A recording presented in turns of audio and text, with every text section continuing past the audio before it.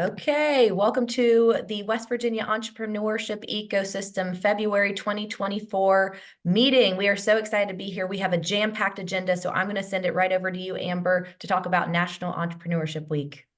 This will be a real quick plug. National Entrepreneurship Week is happening right now. We're in the middle of a week-long series of events. I'm lucky enough to also co-chair National Entrepreneurship Week. So coming up over the next couple of days, we have federal agency office hours, Wednesday and Thursday. You can sign up. They'll share resources, grant opportunities, funding, and you'll have one-on-one opportunity to ask questions. And then on Friday, the SBA is going to talk about federal procurement processes and do some client journeys with their SBA-funded entities like SBDC and SCORE. So really exciting federal programming taking place. I'll drop a link, but would love for you all to join and get some of those resources here in West Virginia. So without further ado, because we do have a jam-packed agenda today, we're going to go right into our partner spotlight with Intermed Labs. So Ashok, you want to take us away? Sure, happy to do so. Thanks everyone for having me. It's a nice group out here. So Intermed Labs, again, my name is Ashok Agarwal. I'm a co-founder of Intermed Labs. I'll give you just a really quick history on Intermed Labs, what we're doing in West Virginia, and bridging innovation, and then segue into Mooter and Jackie, who's going to go next. So Intermed Labs, we started in February, March 2020 timeframe. If you remember, at that time, there was a pretty scary moment where it looked like there weren't going to be enough ventilators, and we were hearing a lot about that in New York City. And I remember calling up a couple of my friends, Tom McClellan and Justin Chambers, and I said, you know, we better start doing something around here if we're gonna get through this. No one's gonna come save us here in West Virginia. We better find a way to start helping save ourselves. And knowing those two guys and that they were already kind of in the med device space, you know, maybe I shouldn't have been surprised, but they said, we're already in the lab right now. We're already working on ventilator splitter devices and so on and so forth. And I said, what can we do to make this? What can we do to make this better, faster, bigger? How can we send these to more places? And so we ended up making a bunch of these things, sent them all around to New York and Florida and Pennsylvania, Ohio, right here in West Virginia. And thankfully, the ventilator shortage just sort of went away. And it was like an overnight thing. You may not remember, but we were in the space. We had a meeting with Johnson & Johnson. They were gonna you know, make a bunch of these that we had designed and send them all over the world. But somehow the shortage just sort of went away. But in the meanwhile, we said, wow, we really work well together. And, you know, there's going to be constant opportunity for innovation. And Tom and Justin had already been doing this for quite some time.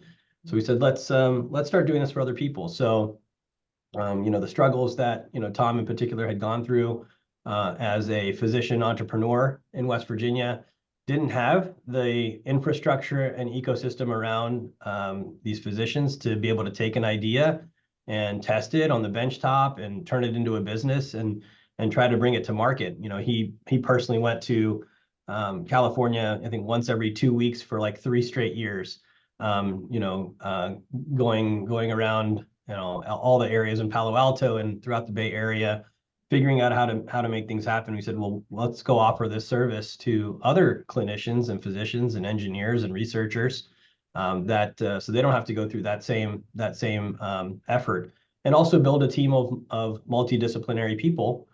So we can build the entire group that needs to surround an idea to make it successful, an early stage idea. So that's what we do today. We go out, we work with institutional partners. You know, we work with Mon Health, and we also work with Marshall, and we're hopefully soon going to be working with CAMC, you know, whole Vandalia system, and hopefully maybe one day WVU. We work with the hospital system out in Ohio, and talking to a few other people. Our focus is on Middle America. And we help take ideas that typically clinicians have.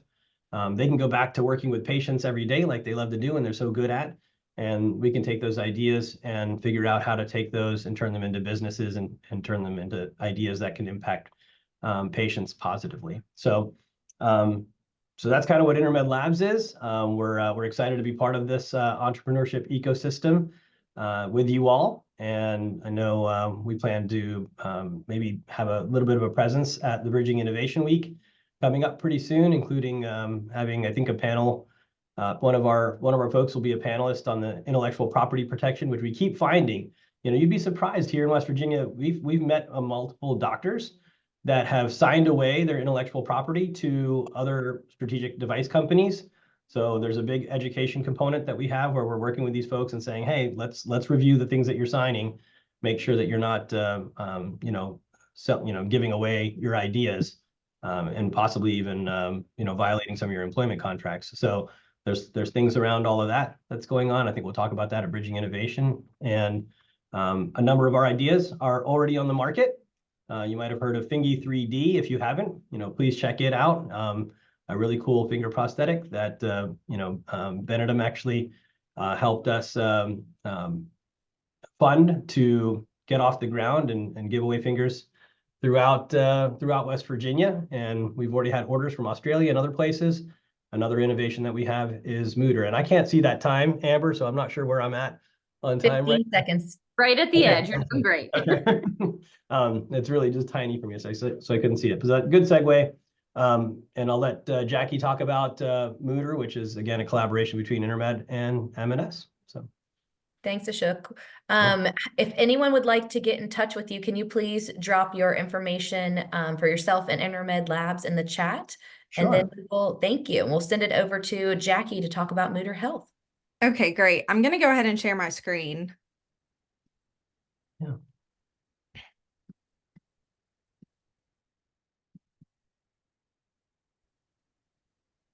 Okay. Can everyone see that? Yes. Okay. Yes. And Amber, just let me know if I run over, I'll stop talking. But thank you, Ashok. And I just want to say thank you to Tara for inviting me to talk today. I'm really excited to be here with you all. I met Tara through a leadership program, and she told me about Ignite West Virginia. And she said, if you have a business idea or a startup in West Virginia, you should enter. And that's exactly what happened. And we were lucky enough to be chosen to be in the final round. So we will be competing at the beginning of April in Huntington during Bridging Innovation Week. So yes, we're very excited. And thank you again, Tara. My name is Jackie Litton. I am the Director of Marketing and Business Development for Mooter Health. We are a healthcare technology startup founded in Morgantown, West Virginia. Before I talk about the specifics of Mooter, I think it's very important that we touch on the why behind Mooter. And this statistic here is one of the main reasons that Mooter Health was founded to begin with. This is a staggering number. 1 in 4 pregnancy-related deaths are from suicide. The most common cause of death for pregnant women and 1 year postpartum is suicide. So that is where Mooter Health originally came to be found. We focus on 2 main core tenets. So our first one is proactive outreach through a texting platform that we have built. This allows our clinicians to interact directly with our patients through a HIPAA compliant platform. It allows for a very, very high response rate compared to calls and emails. And then the second pillar that we focus on is collection of objective data through wearable technology, such as a Fitbit. So this allows our clinicians to monitor their patients' sleep, activity, heart rate, things like that. And this is very important, specifically in the maternal mental health space, because 100% of episodes of postpartum psychosis have been preceded by sleep deprivation. So with the combination of the data from the Fitbit and proactive outreach, our clinicians are able to, contact these moms and say, hey, why haven't you been sleeping, the past few nights? What can we do to support you to help you get back to a normal sleeping schedule, rather than it prolonging for weeks and ending up in a very tragic situation. And that is just one specific example. So currently we are working with the Progressing Through Postpartum program at Mon Health. We have 3 providers who use Mooter, and in just less than 6 months, we implemented Mooter in August of 2023. We have added over 750 patients to the platform, which has almost increased their ability to handle their patient caseload by almost 50%. And another cool statistic is that in just 6 months, they've had over 25,000 clinician patient interactions through Mooter, which means like a text message back and forth between the clinician and the patient.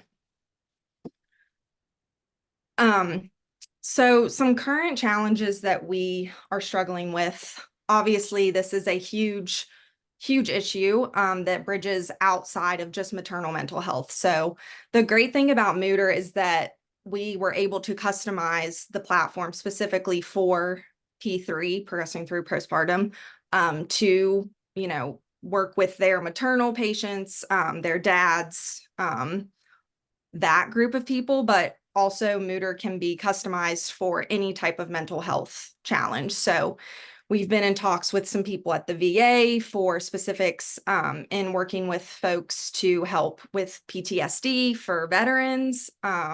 We've talked to some higher education systems on getting it in for just their students. Public health schools could benefit from this. It expands so much more than beyond just the maternal mental health scope. And I think give you a little warning here, a little bit, your time's Okay. running out. I'm almost done. The main challenge that we have is, you know, getting those conversations going with those people that would, you know, implement it into a hospital system, implement it into a higher education system. So yes, I'm done. I will put my contact information in the chat, and I would love to talk with anyone. And thank you guys again for allowing me to talk. Sorry, it went a little long. Oh, no, absolutely. Thank you so much. This is such an important topic and such an important invention. So appreciate you coming on to share. And speaking of Ignite West Virginia and you being a finalist, we do have an announcement from Tara next. Yes. All right. So I just dropped the finalists in the chat. Congratulations to everyone that entered round 1. We had over 100 entries into, this was the inaugural year of Ignite West Virginia. So I just wanted to share in track 1, we have 5 finalist teams. And I know that several of those folks are on today. So we've got Battle Buddy Bears, Curated Wonder. I saw that Taryn was on today. Fun Fitness Kids Club. This is out of Charleston. Mal's Produce. She's a Morgantown girl. Paw Thaws, Dallas. I saw that you were on. Track 2, Tech and Innovation. Bright. You guys might recognize them. They were in the business plan competition last year. GPT Teacher. They are Vantage Ventures. Mooter. You just heard from Jackie. Slim Safe, you guys might remember Eva Tor. She's spoken on the entrepreneurship ecosystem call before. This is her new business, and Cyber Cups. So you can read all about them. I dropped them in the chat, but I just wanted to take a moment to congratulate the finalists. Perfect. Yes, I'm so excited to see them live, and I had the opportunity to judge some of them, and I'm just continually impressed by what we've got going on in the state. Big things happening for sure. So next we have the Appalachian Funders Network annual gathering. Ryan, you want to speak to that?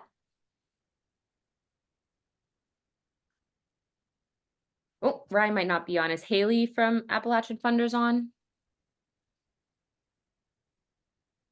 If not, I can go to the next one real quick. Okay, we'll go ahead and go to the next agenda item. So, and then we'll switch back to them at the end. So next we have Marissa Scaff talking about the pre-conference as part of Bridging Innovation Week that Huntington is helping to support. So Marissa, you want to take it away? Sorry, Amber, I'm having a trouble time with my video. I was on for a minute and then it just shut off. So I'm on. You can hear me okay, can't you? Can you hear me okay? Yes. Okay, perfect. So thank you for the opportunity to share some information. I am Marissa Scaff. I'm with Huntington Bank.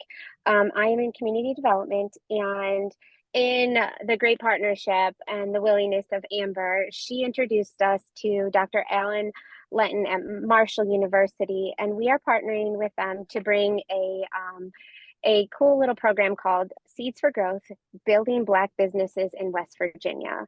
And this will be the pre-conference activities on Monday. We'll start registration at 11, and then we'll kick off into lunch and a keynote speaker by Dr. Lenton himself. And then we'll have some different panels of speakers and some very important conversations about needs and barriers as it relates to Black businesses in West Virginia. We'll have sector-specific conversations and an access to capital conversation. This is our first year we're going to be doing it, so we're very excited. The other piece that we'll have to it is a networking session throughout the whole afternoon. And then we're also going to, and hopefully have, a resource marketplace that individuals that are at the conference can go around and interact with the different important resources available to them as small businesses. And the marketplace will feature some business owners, and they get to share the products and services that they have within the West Virginia community. So we're super excited about this from that perspective, and we appreciate Amber introducing us to Dr. Letton and really being able to pilot this program at the front end of building innovations. So I know registration is coming for the event. We're working through the logistics of that and some more information to come. And I know that will be shared out with the ecosystem. And some additional concrete about the agenda will continue to be shared, but we're super, super excited from that perspective. So thank you, Amber. Perfect. Thank you. And that's what the ecosystem is all about, connecting folks and giving them the opportunity to work together to collaborate. So appreciate that. The registration will come out in our follow-up email. So you guys will get first dibs on registering for this important event. Next, we have Donica, who's going to be talking to us about the SBA business resources, which are activated by natural disasters. So we appreciate you reaching out and kind of sharing this, and we are excited to provide this opportunity and this resource for our ecosystem members. So take it away. Yeah, thank you so much for having me. So my name is Donica Farnham, and I am the Public Information Officer and a former attorney advisor for the U.S. Small Business Administration. And we're in West Virginia due to the extreme weather and flooding that occurred back at the end of August of 23. And so federal funds have been activated for those business owners who have incurred physical damage or who have destroyed property to help them rebuild and then mitigate future such damage. More importantly, though, there's a phenomenon that occurs, and we see it again and again in the aftermath of natural disasters in the surrounding areas of the physically impacted area, where businesses of all sizes take devastating financial losses. So they are in what we call a calculated zone of predicted economic injury. And these losses can often have a cascade of negative effects on local economies up to 2 to 5 years following the physical impact of the natural disaster. So federal funds are activated to help those businesses stay afloat and weather this phenomenon, and they do not need to have suffered any kind of physical damage to be eligible. They are already eligible. So to get these resources to businesses, we're working with local media and resource partners such as yourselves, West Virginia SCORE and the SBDC. We are working on a federal funding webinar that's going to be airing on February 27th. And we are also working with Truist Bank's Senior VP and Director of Community Engagement to create a finance education workshop. And we are aiming for the end of March on that. And with that, I appreciate the platform and the opportunity to share. Thank you so much. Excellent. Thank Go you ahead. so much. Michelle O'Connor, are you on?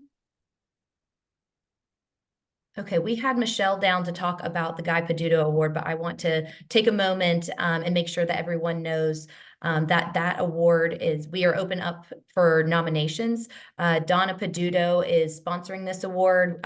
We started a couple of years ago in Guy's honor. We will send some details around in the follow-up email, but just so everyone knows that will be open. It opens today, and you can nominate other folks for the Guy Peduto Award. Great. Thanks, Tara. Tara, I Next- just dropped that link in the chat for people too, just so they want to do it now. Perfect. Thanks, Mark. Yep. All right. Next on our list, we have an announcement from CRAN that Mark Halberter is going to walk us through. Hi, Amber. Thanks, and good afternoon, everyone. I've listened in on many of these calls, but it's the first time I felt like I had anything to say. For those of you who don't know, it was in 2019 that there was a quarter of West Virginia executives that saw a need for angel funding to support West Virginia entrepreneurs. The vision at that time was to have a group, what we now call Country Roads Angel Network, or CRAN, to identify and support West Virginia entrepreneurs all over the state who needed early stage investment as well as mentorship.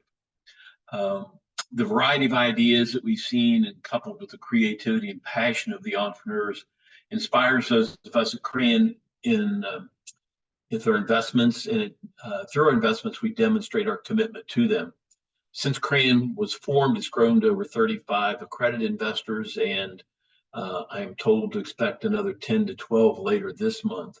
Those investors have historically made over $1 million investments in 6 different Mountain State companies, and they've turned that money, they've leveraged it into another nearly $8 million in capital. Our portfolio continues to grow with investment commitment last week made to another venture, and we will be hearing 2 more pitches later this month from folks that I'm hopeful will be making investments in. Like any other startup company, we are actually focused on growth. And thanks to Bill Woodrum and a grant from the Bendon Foundation, we recently brought Frank Vitale of Forge Business Solutions on board to help us grow. Frank serves as our president. You will see and hear him around the state talking about CRAN and what we do and helping others connect with us. Frank's goal was to double the number of members we have in the group. These are investor members. And we also want to double the number of budding entrepreneurs that come and pitch to us. As a part of that, we'll be working with colleges and universities that have entrepreneurial programs, as well as any other business incubator for entrepreneurs that seek angel investments. Basically, we want to increase, as I said, the number of budding entrepreneurs that come our way. We will be at the Bridging Innovation Conference. We'll be an exhibitor, and we have several of our members that are judging the competition. We will have an in-person member meeting on Tuesday evening, and while we're there, if you see one of our members, including me, please say hello. For anyone interested in joining our group of investor members, please reach out. If you're an entrepreneur who has a venture that may need an angel investment, please reach out. And in both cases, you can contact CRAN at our website at wvcran.com. That's wvcran.com. Or you can contact me, Mark, M-A-R-C, at wvcran.com. Mark, do you Thanks, mind to guys. drop I look that? forward to seeing you. Pardon? Can you drop that information in the chat? Yeah. Perfect. Thanks, Mark. We appreciate you and Country Roads Angel Network's continued support of the West Virginia entrepreneurship ecosystem. So we're looking forward to seeing you at Bridging Innovation Week. So if anyone wants to reach out to Mark, he is going to drop all that information in the chat. Okay, next up, Tara Rogerson. Will you talk to us about the West Virginia Patent and Trademark librarian role that you now have? Absolutely. Thank you for having me. As you said, my name is Tara Rogerson. I've replaced Marianne Armour-Gimmon, who you might have seen on here previously, as the Patents and Trademarks librarian here at WVU. So I am the new person to answer any questions you might have, and to also help you or whoever, students, people, whoever has an invention, to do prior art searches on the USPTO trademark and patent searches. I'm going to put some information in the chat for you all, including my contact information or my email address. So please, if anybody has any questions at any time, we remain here at WVU the only patents and trademarks center in the state. So please feel free to contact me anytime. And it was a pleasure meeting you all today. So thank you. Perfect. Thank you so much. And that's such a valuable resource. So encourage everyone to connect with you. Next on our agenda, we have Dustin Lambert, who's going to talk to us about the West Virginia Governor's School of Entrepreneurship. Dustin? Hey, good afternoon. Thank you so much, Amber and Tara, for the invite. I'm so very grateful to have a platform to really share information about our Entrepreneurship Governor's School. For those of you who may not know, and I'm not certain if I don't have the capability to share a slide, so I'll just go over the information. But the state of West Virginia has 8 fully functional governor schools, and they range from anything from the arts to our honors academy, and we have currently one at Marshall for entrepreneurship. I'm going to drop the flyer into the chat. All the information is there. We are recruiting heavily right now for our governor school for entrepreneurship. This governor school is open to 9th, 10th, and 11th grade students. And so, again, Marshall is the one hosting this. This is, I believe, is their last year before we rebid this to other colleges, universities across the state. But this year, the entrepreneurship school will take place at Marshall between July 7th through the 21st, again, open to current 9th grade, 10th grade, and 11th grade students. And our application is online. I will drop a link into the chat so folks will have that.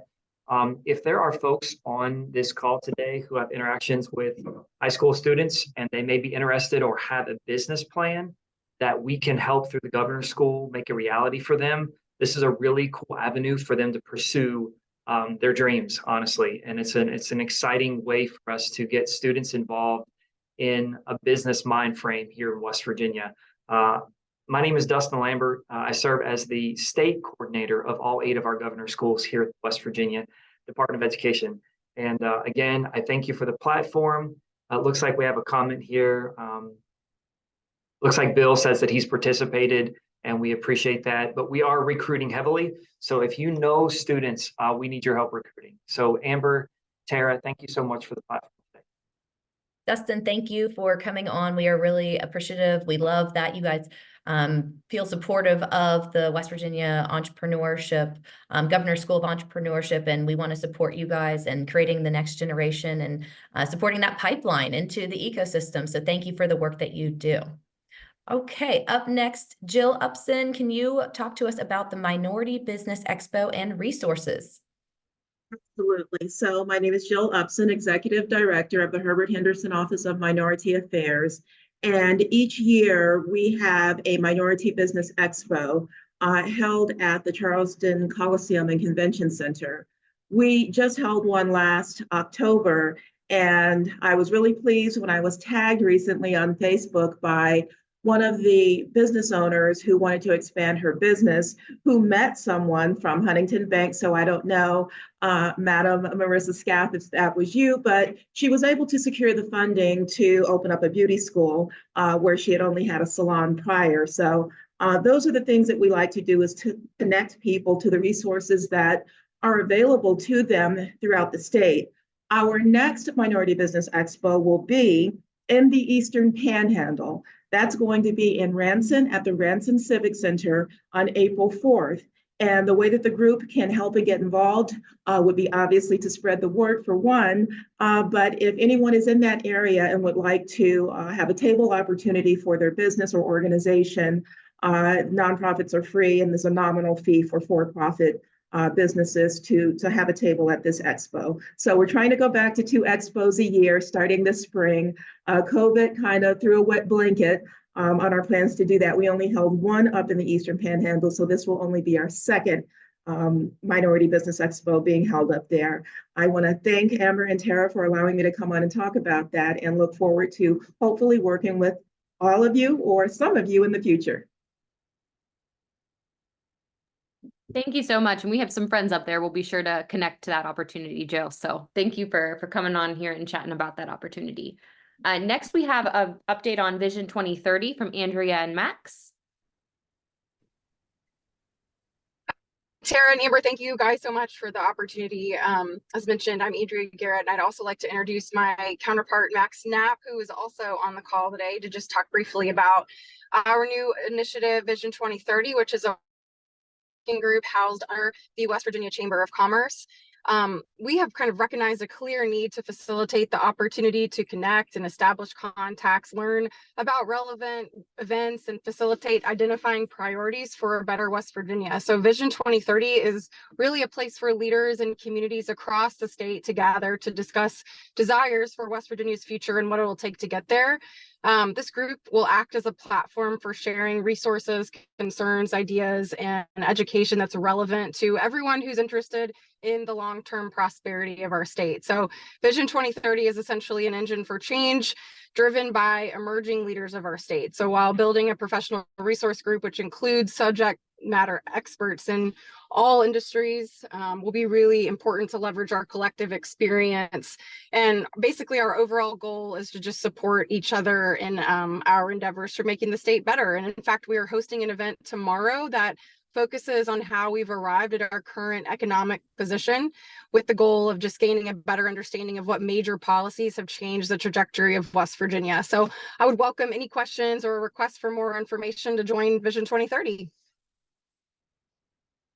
Thanks, Andrea. We are very excited to partner with you and Max on Vision 2030. You guys are out here planning for the next couple of years. We are just getting ready for Bridging Innovation Week 2025. So Jen, would you like to tell everyone about the RFP we're getting ready to launch for next year?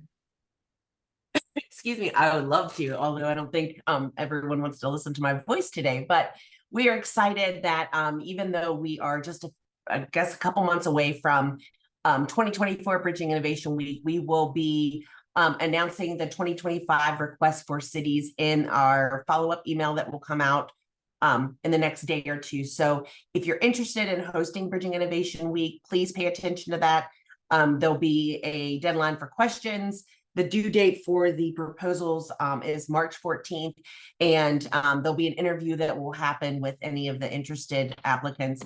And the announcement will be made during Bridging Innovation Week, where we'll be going in 2025. So take a look at that. If you know anyone, please share that information with them.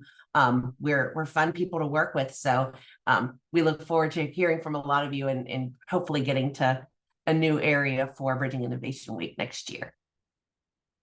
I love it. Thanks, Jen. Yeah, we are looking forward to traveling the state. So yes, please get your RFPs into Jen.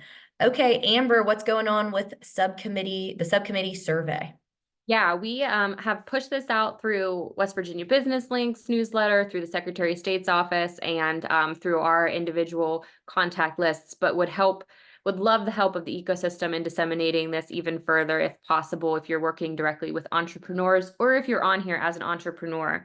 We are doing an entrepreneur landscape survey. It's going to be open through February 23rd, and entrepreneurs that complete that and opt in can be entered into a giveaway where you'll get a free exhibitor table and registration to the conference at Bridging Innovation Week. So we're trying to get as much feedback and input as possible as we look at some of the action items the subcommittees are working on. So if you are a resource provider and wouldn't mind sharing that with your network, that would be great.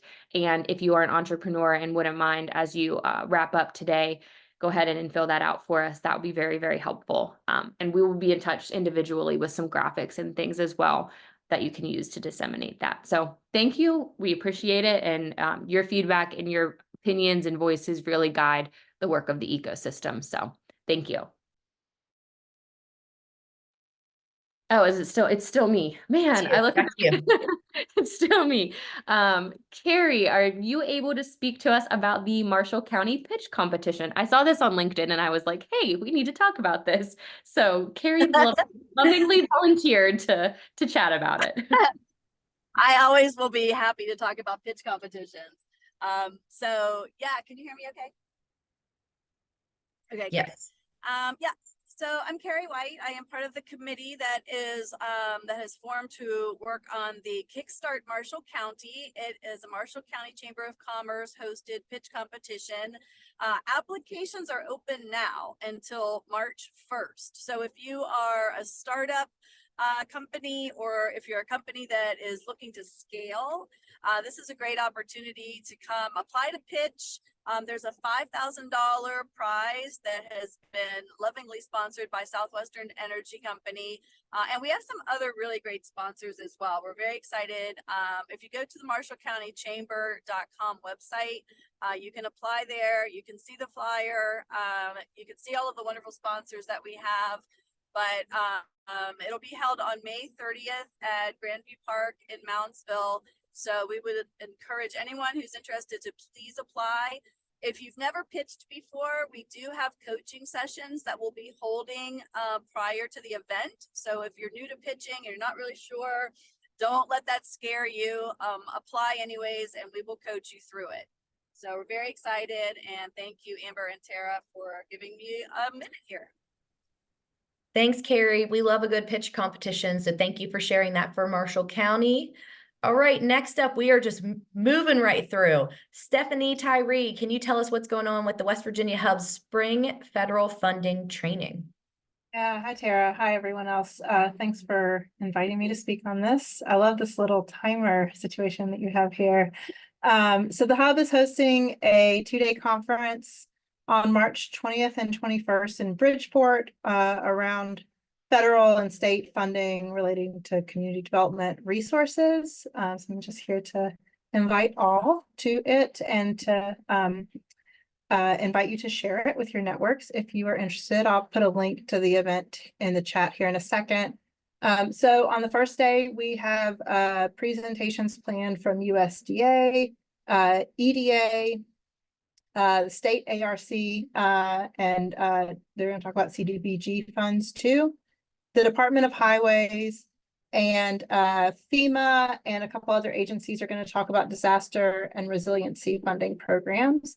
And then Mike Graney from the Department of Economic Development is going to be our keynote speaker on that first day. And the second day, we have DOT speaking. We have some panels around recreational development projects and power grantees and a funders panel as well.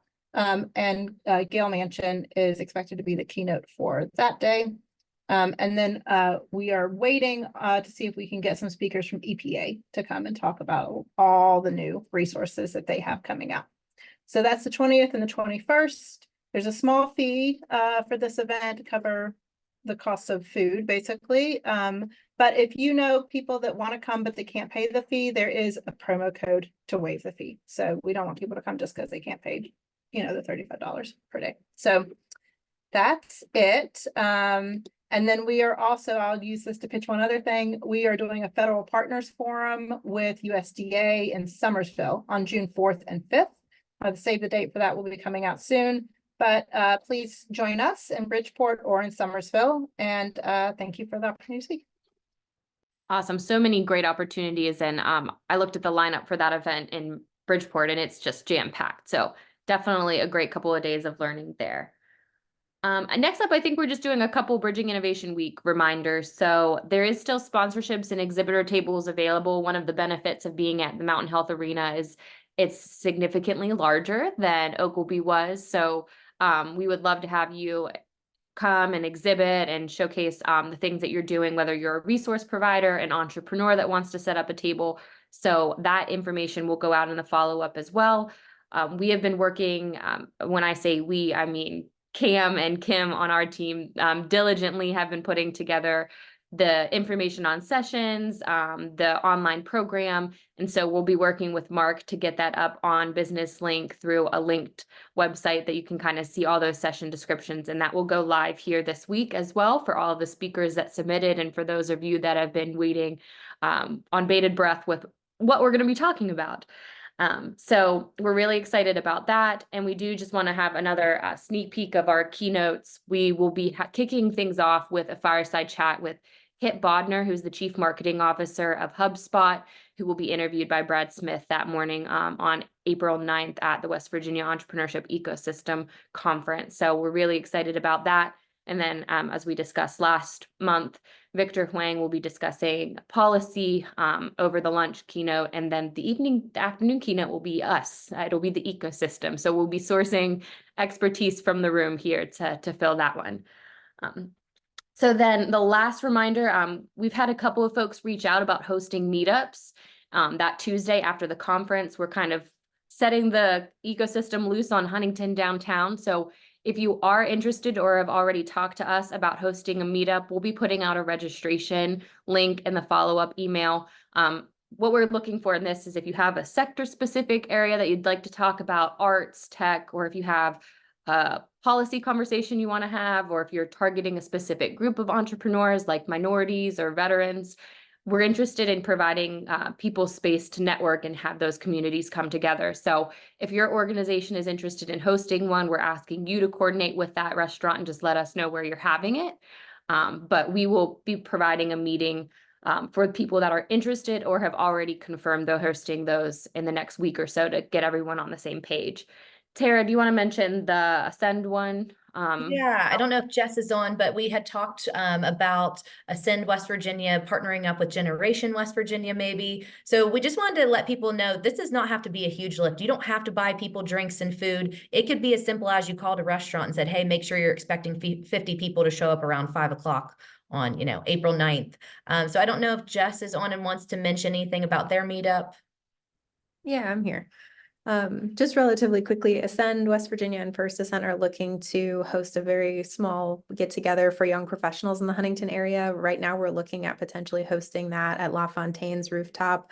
So we're just kind of firming up those details now. And we did get in contact with Generation West Virginia Fellows to do that. So if there's any other groups that would like to come and mix and mingle with our cohort members or get your larger organization involved, please definitely let us know as we continue coordinating that.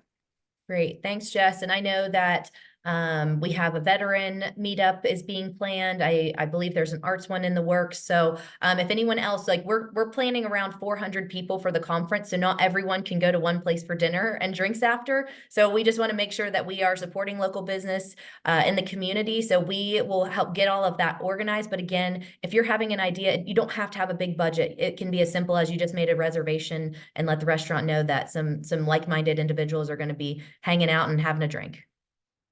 And I'd love to duplicate ourselves and be able to go to all of them. So we'll probably float around and show up at all of them.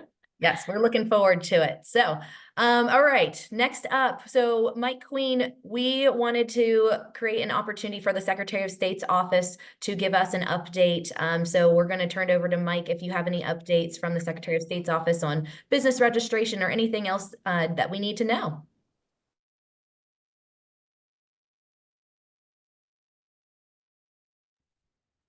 Did Mike jump off? He was on.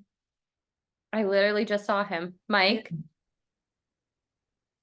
This is what happens when we put the spotlight on people. The pressure becomes I will say thank you to the Secretary of State's office who shared the survey out. I know it went out to about 100,000 people. So we are very excited to have that partnership and support from the office. And if we can get Mike back, we will give him the opportunity to speak.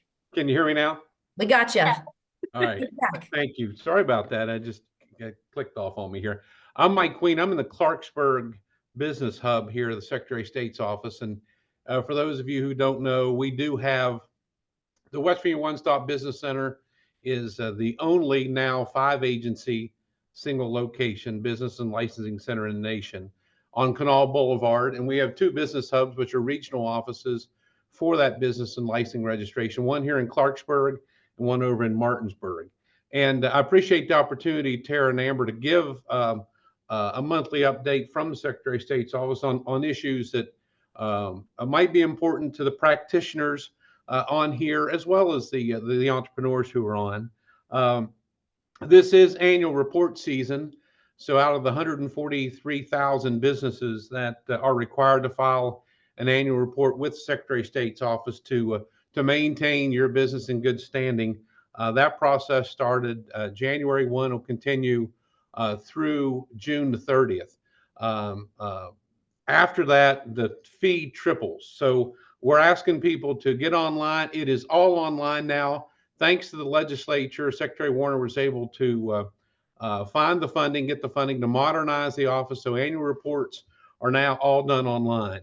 For those of you who remember what annual report filing was like with paper, we've eliminated almost 1 million pieces of paper having to be filed and processed by our staff simply by going online. And that was a several $1 million upgrade to the system that is now complete. So we hope that you'll encourage your businesses and colleagues and for those practitioners and coaches, those people that you work with, to file online on time. It's easy to do. Once you file one time, it is actually just a series of 6 clicks to keep your report updated each year. So we think we have have made that process easy and painless as best we can. But we do need people to file before June 30th and really not wait till the last minute. We've already had 14,038 businesses just in January to file their annual report, but that only represents about 10%. So we have a long way to go, and we do have time to get there, but please encourage businesses not to wait to the last minute. We're happy to send out the e-survey that the ecosystem has developed to talk with businesses and young entrepreneurs and just everybody who's a registered business. And thank you for allowing us to do that. I will tell the practitioners there are opportunities for us to communicate with those businesses who have an email address listed with us that we can communicate. We can't do that on behalf of for-profit groups, but Secretary Warner is happy to help do these kinds of data collecting surveys. So if you have an idea or you're looking towards something like that, that has to be planned, and we're happy to talk with you about that. And please feel free to contact me. I did mention about the one-stops and the role of the Secretary of State here. I will mention, for example, these kinds of meetings are absolutely wonderful. We're so honored and proud to be part of the startup of the entrepreneur ecosystem, to share the information that we have from government standpoint. And Tara, you mentioned about the trademarking and things like that, the wonderful job that WVU does. There is also a trademark portion of what the Secretary of State's office can help people do along that process as well. Again, not a lot of people know about it. It's been around for a while. We don't promote it a whole lot, but certainly actually these are the kinds of opportunities that would come up that we can talk about with the practitioners here in this program. We kind of talked through with our staff about the ecosystem, the monthly calls, and there was only one real suggestion that some of our folks came up with, is that they like to listen to the entrepreneur showcases, and thought there needed to be more time for the showcasing of some of the entrepreneurs that the practitioners have helped. So maybe it's time for the ecosystem to go to 2 calls a month. So I know there's a lot of planning to do with that. 75 people have been on this call here today. That's wonderful, all over the state. So I on behalf of our team, I did want to mention that they thought there was a great difference, Tara and Amber, between the showcasing for the entrepreneurs and the discussion between the practitioners and the coaches and the development officials, so that we can share what we're all doing.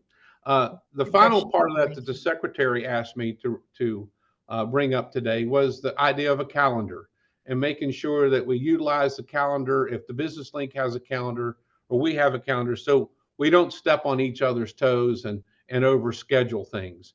And how happy we are to learn that you're already planning for Bridging Innovation for 2025, and allowing then these different conferences that we all try to attend to be able to attend. So we're all getting the benefit of that.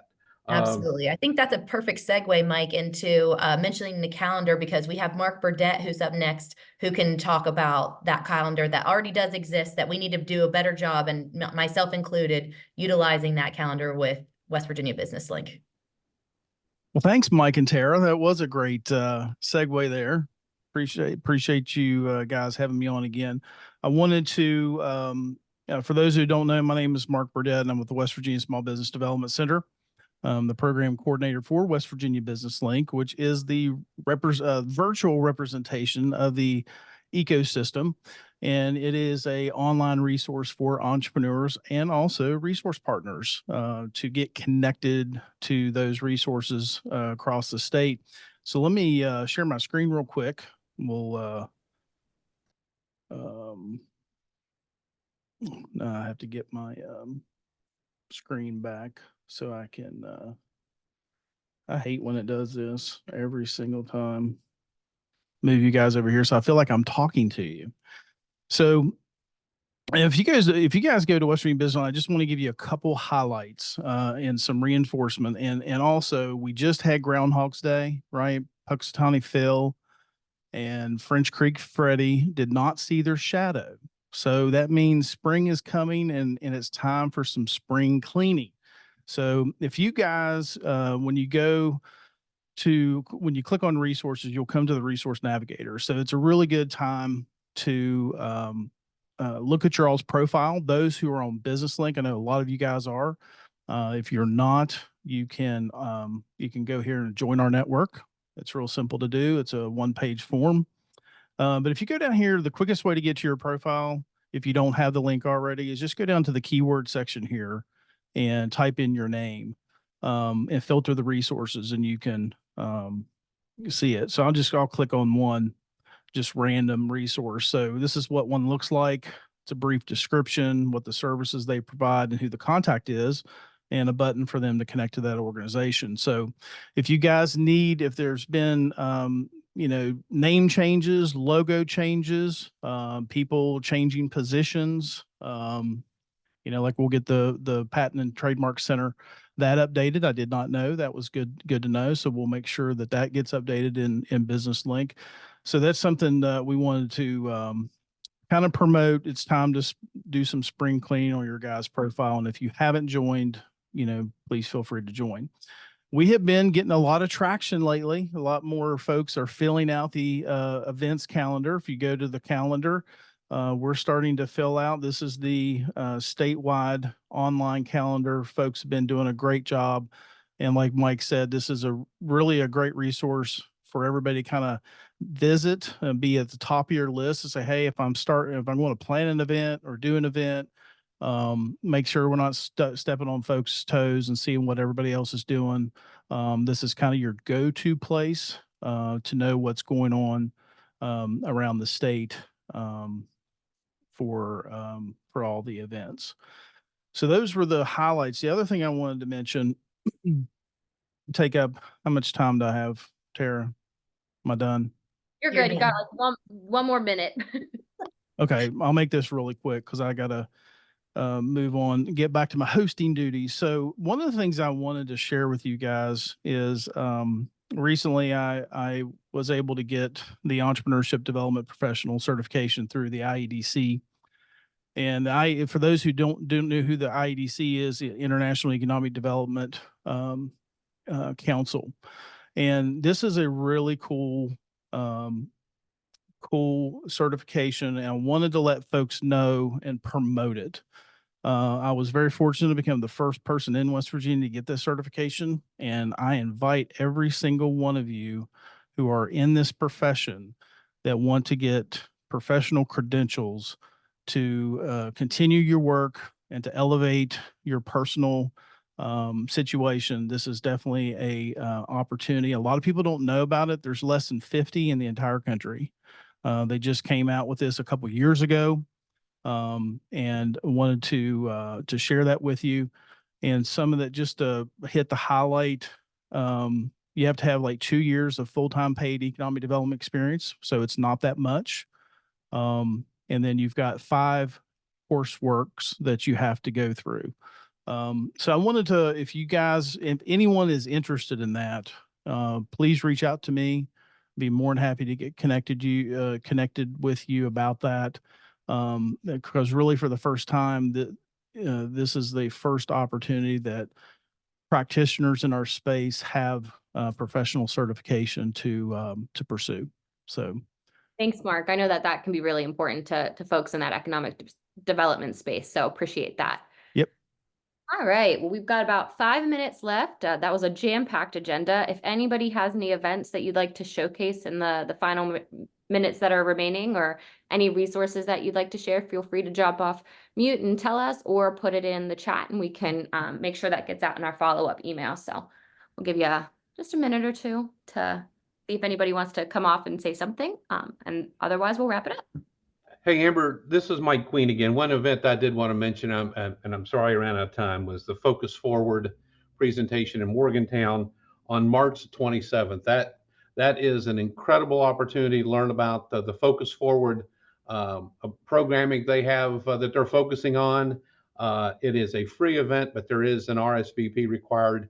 It's at the Morgantown, the waterfront, and it's WVPEC.org, I believe. Incredible forum and something worth everybody's time. Great, thank you. Yes, highly recommend Focus Forward. And I do see Ryan, I apologize. I meant to come back to you. Ryan, do you want to go ahead and tell us a little bit about the Appalachian Funders Network gathering that you all have going on?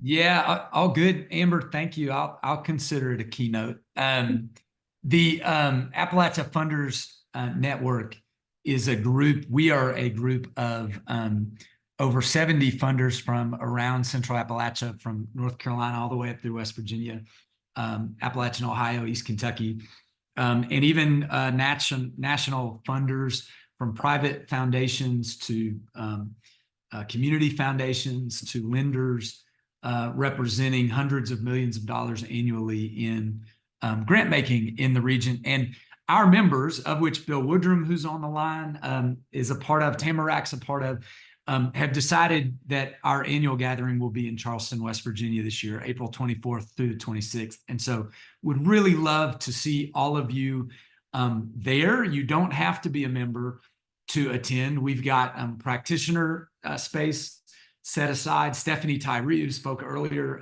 is going to join us and is already registered. So looking forward to hearing from her. But come collaborate, learn together about how we help our entire region transform and become a place in which everybody can thrive. So check out the link in the chat and really appreciate all that y'all are doing in the time. Perfect. Thank you so much. All right. Marjorie, I see you put in your next Kauffman Fast Track. Do you want to say anything about that in the last couple of minutes? Sure. Just wanted to share Advantage Valley has its Faster West Virginia Entrepreneurship Program. We offer periodic entrepreneurship classes for folks in the Advantage Valley region, which consists of Boone, Braxton, Cabell, Clay, Kanawha, Putnam, Lincoln, Jackson, and Mason, and Wayne. Gosh, did I do that? That's 10. And our next class happens to be in Kanawha County in Upper Kanawha Valley. And it is a 3-week class, and I will be sure to get the flyer to you guys. But look for it out on social media, and it's a great class. And this is, there's so much development opportunity in the Upper Kanawha Valley with regard to outdoor river and recreation and all sorts of tourism. So we're excited to offer that class in the Upper Kanawha Valley. Thank you. Perfect. Thank you. And I know I just saw a post about a graduating class in that program from Advantage Valley, and just the impact it's making is awesome. So thank you for sharing that, and encourage folks that are in that region to take advantage of that opportunity. Thanks, Amber.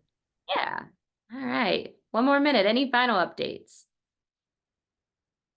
All right. I'll give a quick plug to take the survey. It's really guiding a lot of stuff here that we're working on. So I'll drop that link again, and then we will send out all of this information and more in our follow-up email that will come out in the next day or so. So appreciate you all. Happy National Entrepreneurship Week. Tara, you want to take us home?